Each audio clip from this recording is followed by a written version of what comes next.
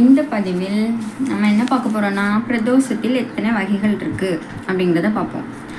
மாதத்தில் 2 முறை பிரதோஷ வழிபாடு செய்கிறோம் சிவாலயங்களில். ஆனால் எத்தனை வகை இருக்குங்கிறது பல பேருக்கு தெரிஞ்சிருக்காது.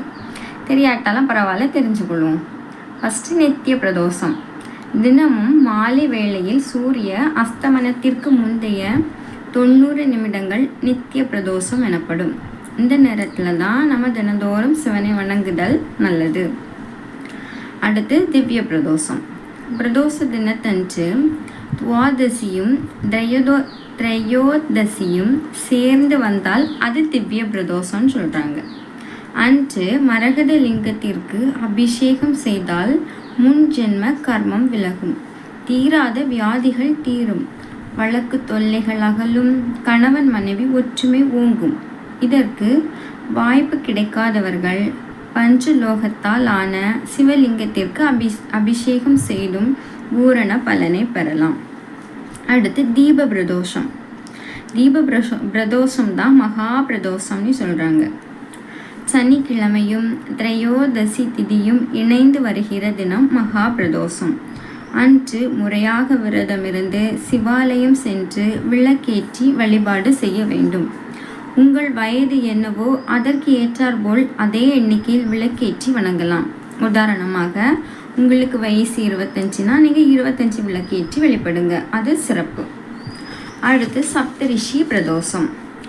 இது பிரதோஷ காலத்தில் முறையாக பூஜைகளை முடித்த பின் வெட்ட வெளியில் வானம் முழுமையாக தெரிகிற இடத்தில் நின்று கவனித்தால் சப்தத ரிஷி மண்டலம் என்று சொல்லக்கூடிய நட்சத்திர கூட்டம் தெரியும்.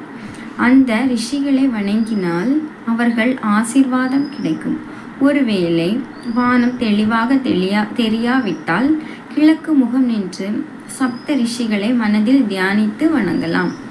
அடுத்ததாக ஏகாட்சர பிரதோஷம். வருடத்தில் ஒரு முறை மட்டும் வரும் மகா பிரதோஷத்தை ஏகாட்சர பிரதோஷம் என்பார்கள். அன்றைய தினம் சிவாலயம் சென்று ஓம் என்ற பிரணவ மந்திரத்தை சொல்லி வழிபட்டால் கோடி தோஷம் விலகும். அடுத்ததாக அர்த்தநாரி பிரதோஷம். வருடத்தில் 2 முறை மட்டும் மகா பிரதோஷம் வந்தால் அதற்கு அர்த்தநாரி பிரதோஷம் என்று பெயர். அந்த நாளில் பிரிந்து வாழும் தம்பதிகள் சிவாலயம் சென்று வழிபட்டால் ஒன்று சேர்ந்து வாழலாம். மேலும் கருத்து வேற்றுமையோடு வாழும் தம்பதிகள் விரதம் இருந்து சிவனை வழிபட்டால் எல்லா நன்மையும் பெறலாம், பிரிந்தவர்கள் கூடுவார்கள்.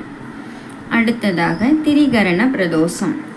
வருடத்திற்கு 3 முறை பிரதோஷம் வந்தால் அதை திரிகரண பிரதோஷம் என்பார்கள். இதை முறையாக கடைபிடித்தால் இல்லாமை என்ற சொல் இல்லாமல் போய்விடும், அஷ்டலக்ஷ்மிகளின் அருளாசியும் கிட்டும்.